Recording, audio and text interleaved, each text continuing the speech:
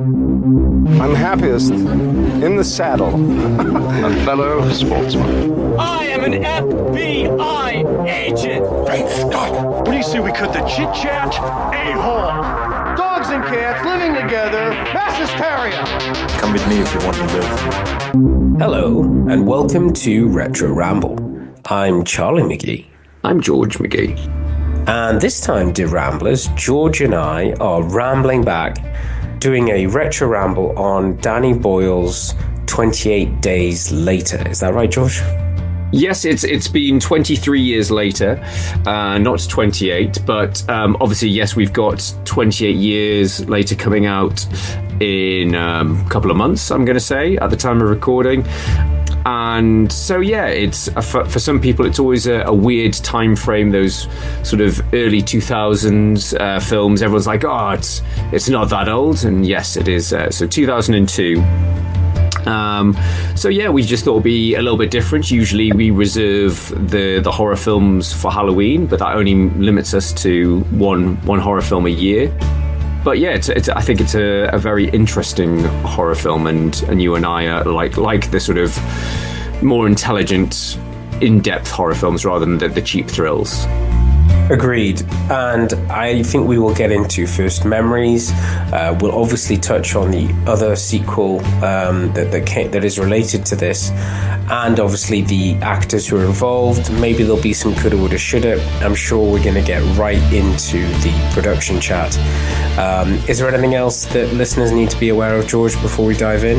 Well, we'll just do the usual housekeeping. So if this is the first time you've listened to Retro Ramble, the premise of this podcast is that Charlie and I, we're brothers, and we're an independent film podcast, so we look at the films that we grew up with, and look at how they were made, do they still hold up, and just sort of what made them great, what was going on at the time, that sort of thing. So it's a light-hearted look back at these films. I say we'll throw in some trivia, but ultimately we aim to entertain. Excellent. So without further ado, let's get cracking with the napping. I will share my screen, and you will no doubt release a very naughties trailer. Yes, so as it's naughty, very naughties. There's no voiceover. No. However, I have found a TV spot. We will just have a very short clip with gravelly voiceover man. Works for me.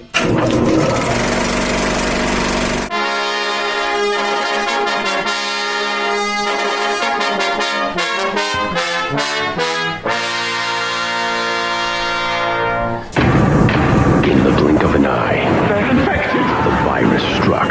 Blood. There's something in the blood. The devastation spread, and the world he knew was gone. No! He thinks he's alone, but he's not. I wake up today in hospital. 28 days later. Rated R starts Friday, only in theaters. Short but sweet, like honey. So, George, obviously we know this is from Danny Boyle. I do know that I'd be very interested to learn from you. How do we get this film? Because Danny Boyle's a very accomplished director. I think even at this point he was already making waves, but this was quite an interesting project that he took on. So how did we get this film? Yeah, where to sort of set the scene. So yeah, as you say, Danny Boyle obviously broke onto the scene. Him and his producing partner, I think it's Peter McDonald, they broke onto the scene with Shallow Grave, and then obviously Trainspotting, one of the most recognisable British films of all time, I think so to say, and most celebrated. So yeah, Shallow Grave, Trainspotting, and then they did A Life Less Ordinary. And so it was quickly becoming Ewan McGregor was their sort of like go-to actor. But then in the year 2000, they did the Alex Garland novel, his debut novel, The Beach. Yeah. Well, we might cover that film at some point, as I think have you read the book of The Beach? We will definitely do this film. I think it's from a book point of view, we have to do the film. Yeah. I mean, it's a great book, and it's so movie. Yeah, it's a fun. Yeah, perfectly put. But yeah, obviously there's loads of stuff that we can go into on that. There ended up being a falling out between Danny Boyle and Ewan McGregor. Leonardo DiCaprio was cast because he was hot off the back of Titanic, blah, blah, blah. But yeah, anyway, the ultimate important thing was that the beach brought Alex Garland into Danny Boyle's circumference, brought them together. And Alex Garland, obviously now, is a very celebrated director in his own right, and is still, he's not doing novels anymore. And there's a fantastic GQ piece on YouTube where he breaks down all the projects he's been involved in, and he talked about The Beach, and he said, obviously he wrote The Beach. It's his debut novel, and he wasn't really that interested. He wasn't that involved in the actual production of the film. But he got on the set and got to see how a film was made, and he came to that realization. He's like, I don't really want to write books. I want to do this. So after The Beach, I say he built this relationship with Boyle and McDonald, and he came to them with a film pitch, which was 28 Days Later, because he'd always grown up with a love of zombie movies. But also around that time, he was playing Resident Evil. Which obviously I think was on the PlayStation. PlayStation 2. Was it PlayStation 2? I thought it was PS1. I think the first one. Oh no, it was on both, but that was, for me, it was PS2 when I started playing. And he was playing a lot of that, and he said he got an idea, and it wasn't the zombies themselves, because in Resident Evil is a classic zombie tale. So the zombies are slow moving. He said the tension came from the fact you didn't have many bullets to deal with them. But then I thought, what if the zombies moved as quickly as the zombie dogs did in the Resident Evil game? So he worked up this sort of loose idea, took it to Boyle, and they loved it. But Danny Boyle was like, he felt the overall theme was all about rage. And so they moved away from the traditional zombie apocalypse narrative, which is usually something supernatural that brings in the traditional zombie movies, it's the dead are walking again, obviously there's The Walking Dead. In this, they were like, well, what if it's something else? What if it's a virus that makes people zombie-like with an uncontrollable rage, and tapping into that contemporary phenomenon of like road rage, air rage, just public displays where people are just losing their shit. So that was the sort of the unique spin. They wanted to make it more contemporary and a bit different. And obviously we can get into that. This film in itself, by taking that stance, was then aped by things like fast zombies became a thing in cinema because of this film. They're like, well, yeah, we're going to break that rule, and everyone's like, oh, that's cool, we'll do fast zombies as well. Well, it totally builds it makes it more action like, and it adds to the tension. Yeah, but Garland himself admits, because obviously this was his first film script, he admits it's very derivative. Easy for you to say. I really can't say that word. Derivative. So yeah, he said, he was inspired by everything from obviously the George A. Romero's Dawn of the Dead, or Night of the Living Dead trilogy, and also a key sort of British novel and film, John Wyndham's The Day of the Triffids, which is about. Did you ever read that, School? Yeah, well, I mean, I get confused between The Day of the Triffids and the H.G. Wells thing. So The Day of the Triffids is the mutant plants. The War of the Worlds in The Day of the Triffids, for me, it's like... Yeah, so they're both aliens, but in Day of the Triffids, it's alien plants take over. And I think in that they're like the spores blind everyone or something. But in Day of the Triffids starts off with a guy who wakes up in hospital and it's all happened. So there is like a key reference from that. But yeah, I think the other thing that's really interesting about this film, and obviously, has made this film iconic, is the London opening, the deserted London opening. We'll probably get into that, or we can talk into it now. But a lot of this film, and I think it was one of the first. So I was looking into this earlier. So it was one of the first films to be shot completely digitally, or pretty much like 99% digitally on digital cameras. So if you think this is obviously early 2000s, and whilst the digital video was still very much a TV and sort of indie sort of film technique because it was cheaper than traditional film. Everybody else was using traditional like teams of people to create the shot. Yeah, and reels and multiple cameras, and cameras are big and heavy and things like that. Attack of the Clones, which came out later in 2002, was the first big blockbuster film that was fully shot digitally. But I think obviously 28 Days Later was one of the first big British films to do it. But the benefit of that had two benefits. One was the look and feel that digital brought. So Boyle felt using digital added a certain grittiness to the urban sort of landscape of it.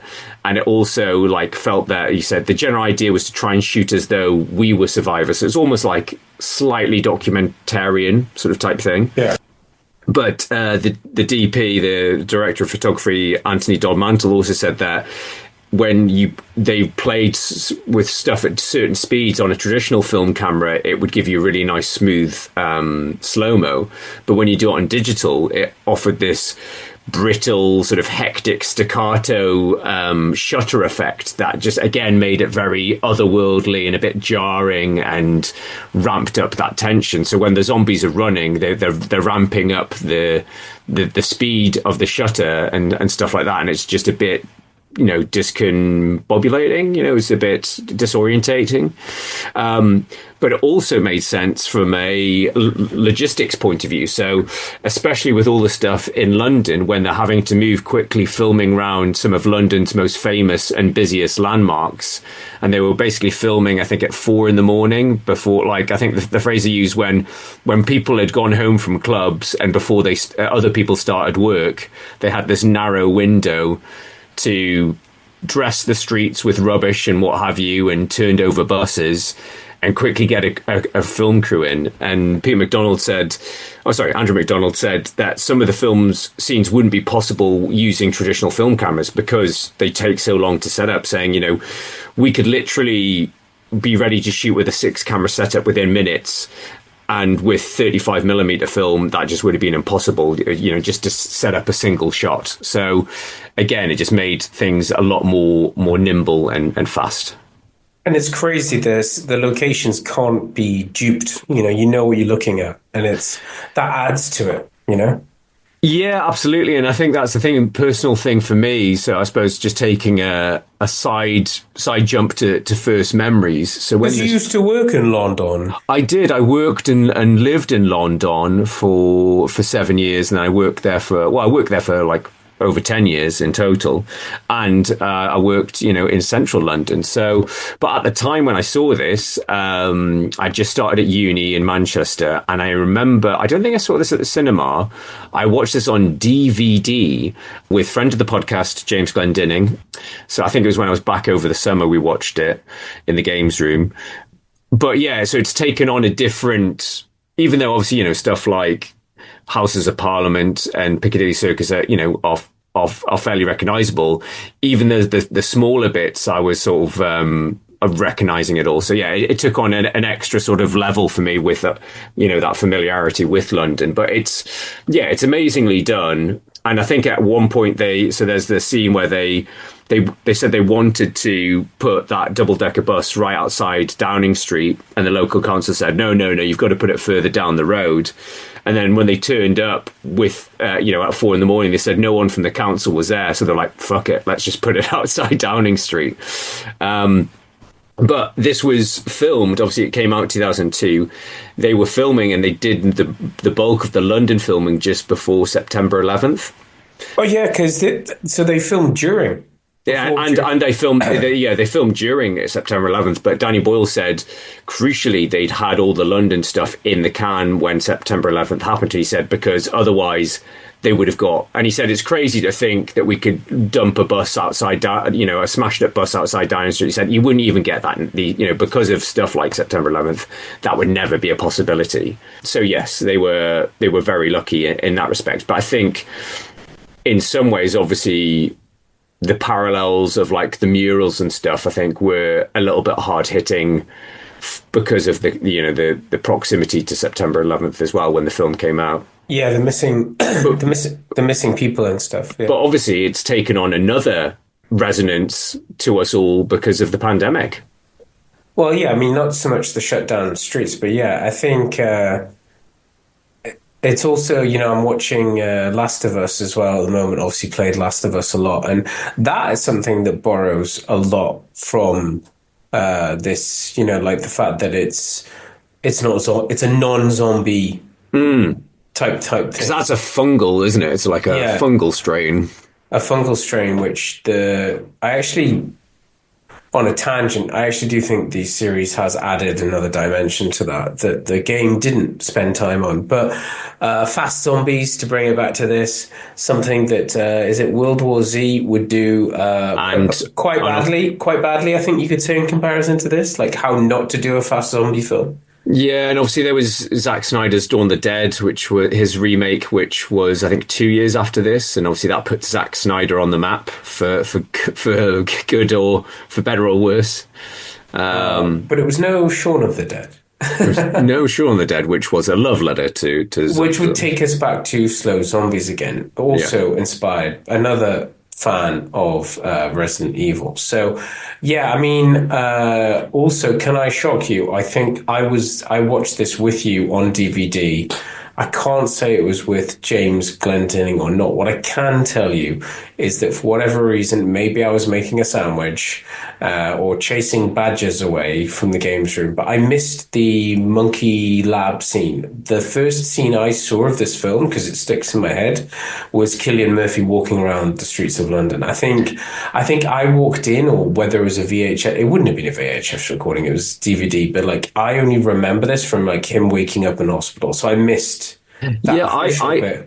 I don't remember that scene either, but the thing I felt with that scene, it's very jarring. It feels, I don't know if it because the way it's, where it's filmed, how it's filmed, but it felt very sort of TV-esque, and especially it doesn't help. It's got the guy that's the scientist crops up. He's been in loads of British TV, and I think he's an evil. Isn't he an evil hypnotist? Yeah, no, he's from no, he's not from Big Train, but he's been in the Day to Day and stuff like that. And he's Tony Hayes from Partridge. Yeah, that's the guy. That's the guy. The BBC commissioner from Alan Partridge. So like me now. Yeah, smell my cheese, you mother. So yeah, that I found jarring. But yeah, the way it's filmed, I was just like, I kind of get it, and it's just like I don't know, like why would the monkey be really incensed by human violence? Surely he should be seeing monkey on monkey violence. You raise a point, or like monkeys, or watching Planet of the Apes or something. Monkeys. What I thought was like monkeys. I had a similar thought to you, brother, which was like, shouldn't it be humans beating up monkeys, which they couldn't show? Like humans. Yeah. And then it also didn't compute. I mean, obviously, poetic license, dramatic license, but. So you show them a bunch of videos and you give them a virus. Or is it the virus that makes them rage, or is it the watching of the videos, or is it the chemical you give them while they're watching? It's monkey magic. It's monkey magic. It's monkey magic. It's monkey in a suit magic. Yeah. Not enough monkeys for my liking. There should have been more monkeys in the film. Agreed. But yes. In every film, basically. In every film. And real monkeys, not people in suits. So, yeah, I think that opening is a little bit jarring for me, but I kind of see you have to sort of set the scene. And then, yeah, we've talked about is there any more sort of the London stuff you want to cover? No, other than going back to it now, it didn't. Maybe it's just because where you and I are at now. Maybe it would have occurred to you being a film student at the time, but it's in those first few scenes that, as you say, it's shot as a kind of documentary vibe.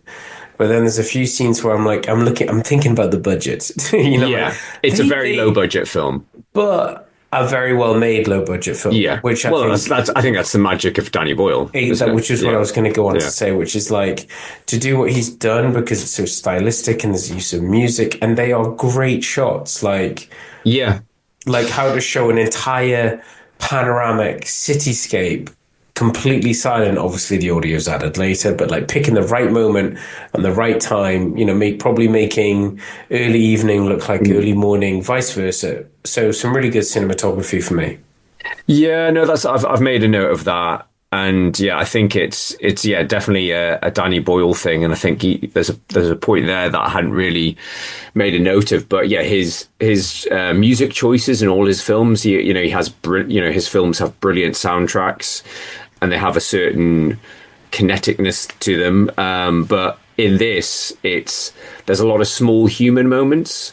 And as you say, there's like, whether it is just, the shots of like, and obviously there's more obvious shots, like the shots of the horses running together, but even just a car going down an empty street, or just, panning over a deserted area with the music, and in even just the little moments between the characters, and with him, going back home and seeing, finding his parents, it feels like there's a lot of small human moments that you wouldn't get in a typical Hollywood blockbuster. Or a typical zombie flick. Yeah. No, and it made me remember why he's such a good filmmaker. Like, I don't know what it was. There was, I almost feel like music videos, the fact we don't have music videos anymore, or they're not as big business as they were, they're not a training ground, they would have benefited. Do you know what I mean? Like you see Ridley Scott came from music videos.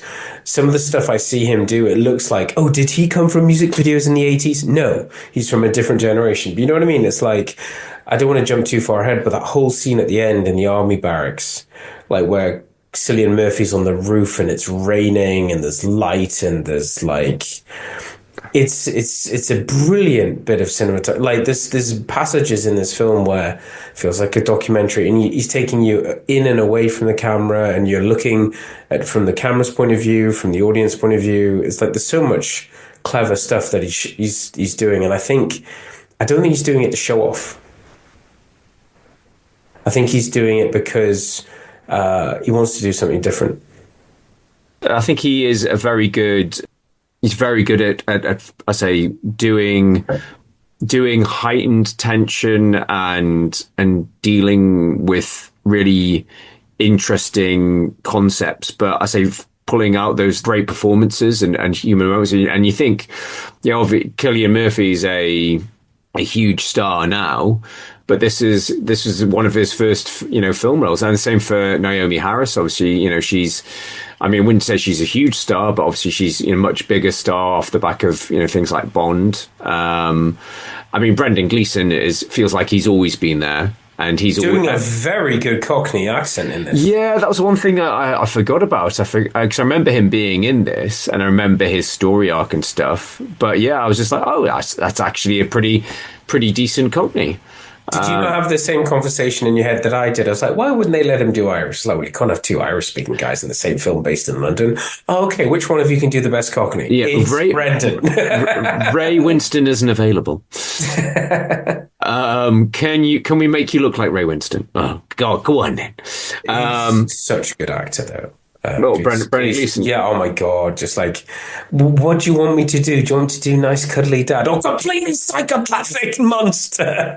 Well, that's it. It's such, I think that's one of the standout moments in this film is when, it's such a heartbreaking thing when Frank gets infected. And it's brilliant acting of him like, get away, and then it's like, yeah, I would say in terms of the weaker side of stuff, and bless her, there's a good sort of retrospective that was done with a lot of the key cast a few years ago. The girl that plays Frank's daughter is the weak link in the sort of the lead actor. Some of her line delivery is a bit wooden. I don't know if it's obviously some of the lines are a bit shoddy, but her delivery is really bad as well. I thought she was on Valium for real. Well, that's it. There's the bit where Frank is turned into a zombie and he's been shot multiple times by the army. She goes, Dad? It's like, I don't think he's coming back. He's already dead. Don't cry for him. Yeah, he's already, stop shooting. So yes, we get to the final act, and Charlie, I don't know. I'm no vegetarian. This film needs some ham. My favourite line in this film: "Don't worry, you're quite safe here. Nothing could possibly. We've got all these security systems in place. This is the safest place in the world. Yeah, nothing could possibly go wrong." I'm Christopher Eccleston. I could never possibly be a bad guy. I was like, when is he going to turn bad? and there we have. And he's putting on an accent because I'm Christopher Eccleston. I'm rough, you bastard. He always plays the Sean Bean-esque sort of. Does he do an accent in Shallow Grave? Or I thought he was Scottish in that. No, he's just a very good. I think he's from Manchester or Liverpool, but yeah, he's very good. He does a very good Geordie in Our Friends in the North. I think he's got a natural talent for accents. From up north. From up north. On a slight tangent, have you seen that thing of Jason Isaacs doing the explanation behind accents? Did I send it to you? No, you haven't sent it, but I've seen it. It's about Liverpool. He talks about all of them, but he talks about up north. He's like, because they were having to speak over some very loud machinery, so you had to enunciate. And he talks about Brummies and stuff like that. I think I've only just seen him talk about the northern, like, Liverpudlian, I think. But I'll have to dig that out. That sounds good. Fair play to Eccleston. Yeah, he turns up with what can only be described as very suspicious dyed hair for an army officer. That descends very quickly.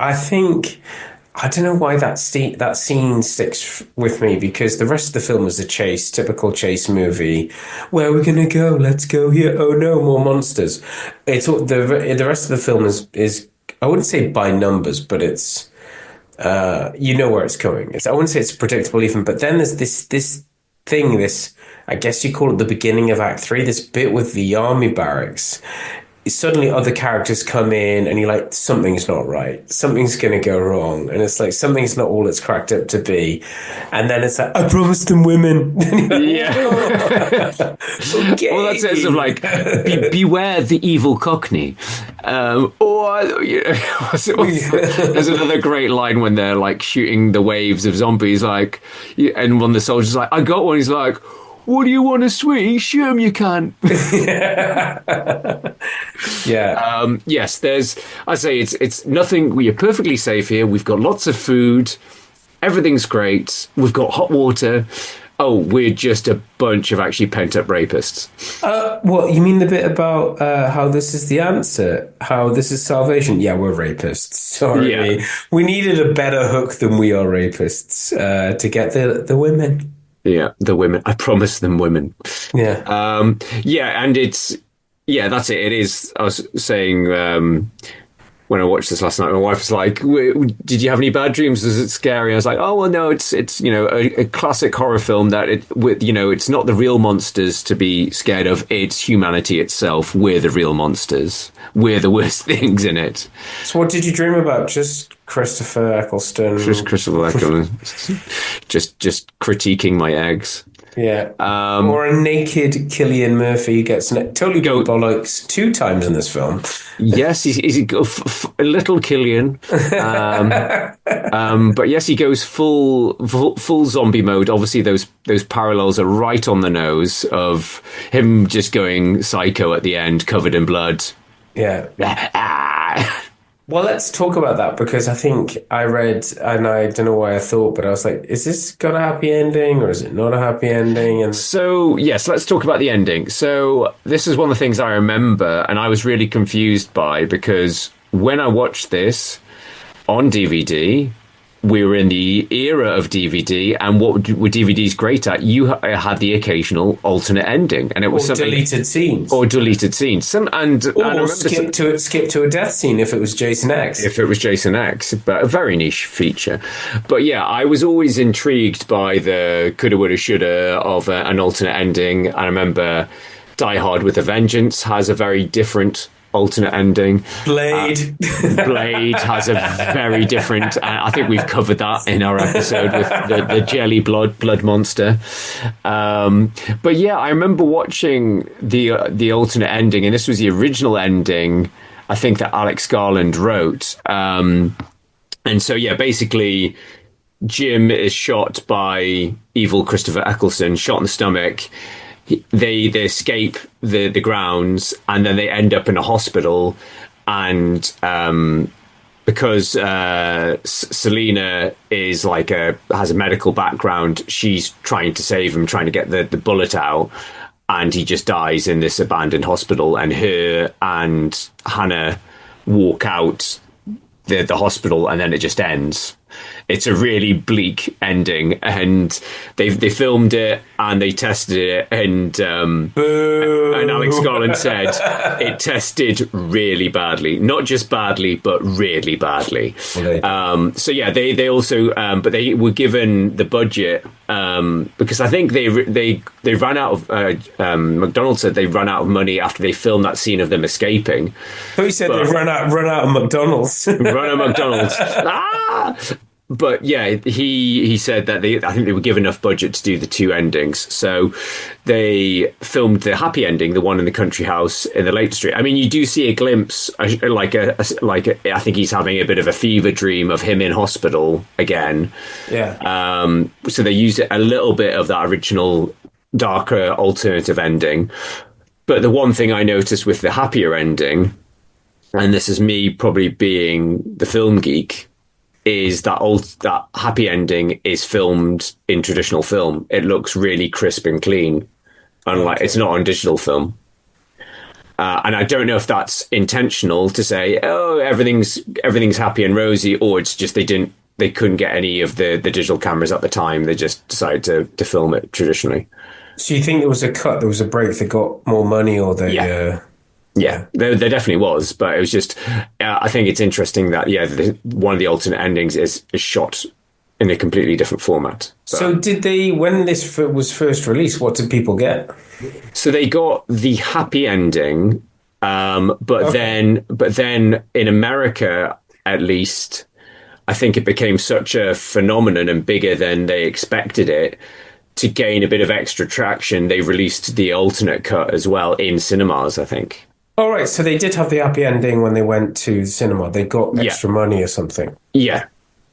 So they released it with a happy ending, but then as it became more and more successful, they released, there's a different cut you can see as well. And obviously, you had the option on DVD. But that's the thing, I'm confused because I've only seen it less than a handful of times. I couldn't remember which ending did they actually use. But yeah, I think I remember it as being bleaker. I'm sorry, I just do. I don't remember so maybe we did see. No, that wouldn't be possible. It's not possible that we could have seen the bleaker one, perhaps. I definitely, no, as I said, they were both available on the DVDs, just maybe forgot about that. One stuck with us, or we watched. Maybe you went out to make another sandwich, or, something. So any probably not coulda, woulda, shoulda in this type of affair. No, I think they were. Was Ewan McGregor considered but not available because he was making CGI Star Wars? Well, yeah, I read somewhere that he was considered at some point, but as you say, because of him and Danny Boyle weren't speaking because they fell out over the whole beach thing. That I think he was initially cast for that, and then the studio said to Danny Boyle, "We'll give you a lot more money if you can cast a big name American actor." Mm-hmm. So yeah, I think by that point, Ewan McGregor had fallen out with Danny Boyle. Obviously, they reunited. They patched things up to do, years later to do the Trainspotting sequel. But it took a long time. I think it was like at least 10, 15 years where they were estranged. I don't think I've seen that. Have you? Maybe I have. It's forgettable. It's a bit like a lot of like those sort of belated sequels. I haven't seen Dumb and Dumber 2 either. No. You definitely don't need to see that. I haven't seen any of the Bad Boy sequels yet either. It's a bit like Toy Story 4. It's a perfectly fine film like sequel. It just doesn't add anything to, it's an interesting. It's interesting to see the film pick up, 20 years after the original and see where these characters are. But the film itself isn't that. I wouldn't rush back and watch it. And even with Trainspotting itself being such a bleak, tough watch, I'd rather rush back and watch that. But also, why 2 additional Bad Boys films? Well, we're not here to talk about Bad Boys, Charlie. Sorry. Why call your third one Bad Boys Forever? I mean, come on. What? Okay, yeah. So all I knew about was Ride or Die and Ride for Life. I've seen Forever, and it's pleasantly entertaining if you like Bad Boys films. Wait, no, I'm confused. I'm sorry, this is a Bad Boys tangent, but no, I was told there was Ride or Die and For Life, or the two sequels. Yeah, no, but the third film is. What do you mean Bad the Boys... third film? You mean the fifth film? No, because there's Bad Boys 1 and 2 that we've done. Yeah. And then they did a belated... The third sequel is Bad Boys for Life. Yeah, and then there's Ride or Die. Yeah. So, but why call your third film For Life? You know, you've got an excuse to put a 4 in there.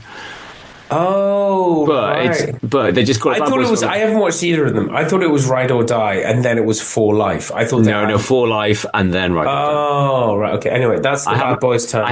I haven't seen Ride or Die yet. When are we reviewing them? No, nobody is interested in that. So, getting back to 28 Days Later, because the final question was, I did like that nice touch of 28 Days Later again at the end. Yes. Hospital. Yeah. It was nice little. Yeah, he's got 28 days worth of hair. It's nice to see him like it's starting in a hospital bed and ending in a bed sort of type thing. Thankfully he's got more clothes on. You don't see his Billy Bollocks. Don't see his little Murphy. So yeah, no, I think this film for me had a lot more resonance this time around. It's been years since I've watched it. I think I watched it in HD, but I think this film won't really benefit from watching in 4K because of the grainy digital footage. But yeah, it was really interesting to watch again. I say there's been a lot changes in my life, and living in London, living through a pandemic, obviously it has so much more resonance. I did find it quite amusing when they do that supermarket spree. I was like, if it was a pandemic, those shelves wouldn't be that well stocked.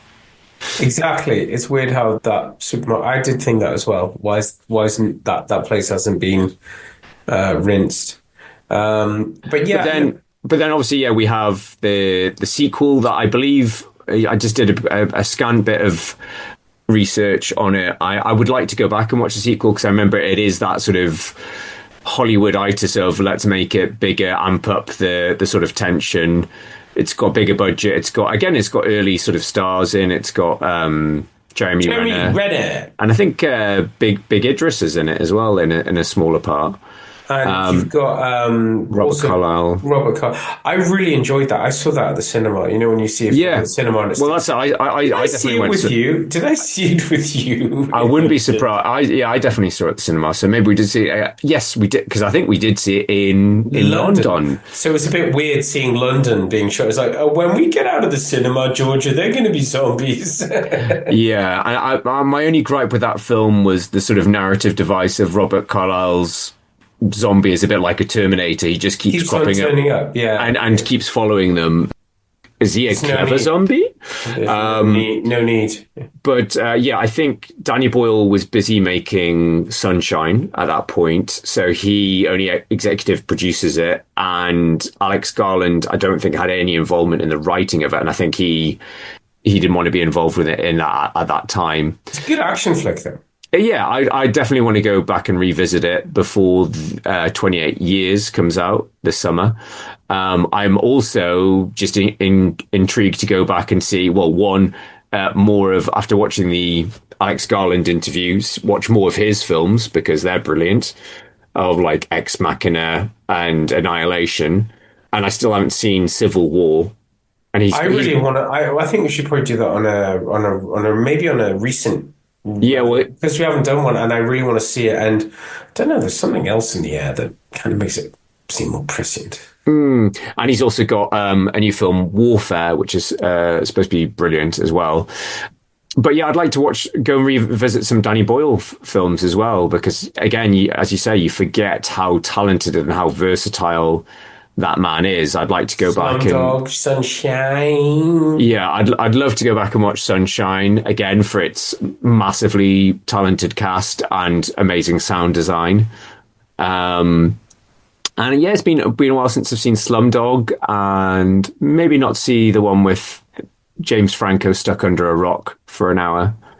Was it 127 hours or something? Have you seen that one where he's the climber that gets his hand trapped and has to cut his hand off? Didn't really sound interesting to me. It's very well done, but yeah, I say. When you know what's going to happen, it's just not very interesting. Okay, so no coulda, woulda, shoulda. I think that's probably it for 28 Days Later. We may come back to this over the summer. Well, I think we'll probably do a recent ramble on our Patreon for 28 Years Later when it comes out, because I think a lot of people are excited about that film. Again, it's, obviously, Danny Boyle back, Alex Garland writing, great cast. I think it's, is it Alan Taylor Johnson? Aaron Taylor Johnson, Ray Fiennes, and other people. I think Jodie Comer. And a lot of it was filmed where we grew up in Northumberland. So I was actually up near where they were shooting. Is up in Rothbury. I was up near there the other day. Is Cillian Murphy coming back as a super rage zombie? Be ashamed if he doesn't. Bizarrely, Cillian Murphy is he's financially involved, and they've said he's not. So basically, with these, they've filmed. Alex Garland has written a new trilogy, and they've filmed 2 of them already. And they're just waiting to see how these 2 films perform before they get funding for a 3rd one. Oh, so this is the first of them? This is the first of 3 new movies. So apparently there's potential. They're not confirming, but they said that, Jim potentially could turn up in a sequel, but he's definitely not in this first one. Interesting. But it's funny to think, why would Cillian Murphy be involved if he's not in it? But maybe he's just passionate about the IP. No. No. I think if it makes money, they'll have to bring him back. Yeah. Okay, so that, I think, sums it up on 28 Days Later. George, anything else you want to mention before we sign off? Well, I just alluded to it, but if you do enjoy listening to Charlie and I ramble on, and you want more retro ramble in your life, we do have a Patreon channel where we have a bunch of additional content. So we talk about old films that we didn't see the first time around. So that's what we call Retro Ramble Revelations. So we cover a whole host of films, including stuff like The Warriors, Roadhouse. Most recently, we did The Doors to honour the late, great Val Kilmer. And a bunch of things. They Live. What else did we miss? They Live. That was a good one. Jim Carter. Roadhouse. And also more recent stuff. So what we're watching at cinema, what we're streaming, things like that. So yes, that's for the price of a coffee. Every month you will get an additional bonus episode. And we have a little community there, so you get to sort of take a pick of, ideas and get to vote for stuff as well. Outside of that, I am going to surprise Charlie and say next month we are going to do a big film, the daddy of the blockbuster. It's 50 years old. We're going to do Jaws. So we're going to...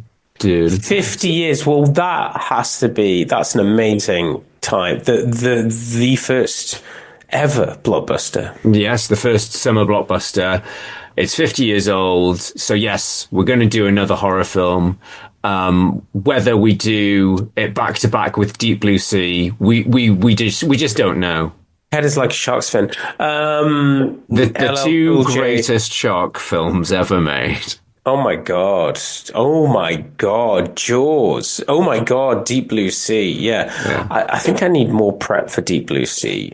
Samuel, LL Cool. So there's a lot to unpack out of Deep Blue Sea, whereas I think Jaws will be your much more run-of-the-mill horror type action flick. I mean, there's no LL Cool J tie-in song with Jaws, which, just leave it there. But yes, we're going to do classics. It's been a long time since we've done a Spielberg film, I think. Too long. I look forward to a very in-depth production island, and the travel there will be very dangerous in shark-infested waters. I don't think there was any issues with that film. I think it was pretty much plain sailing. That is fun. But, Great work. Excellent. Okay, well, for this episode, I've been Charlie McGee. I've been George McGee. And we'll see you again next time. Bye-bye. Bye-bye.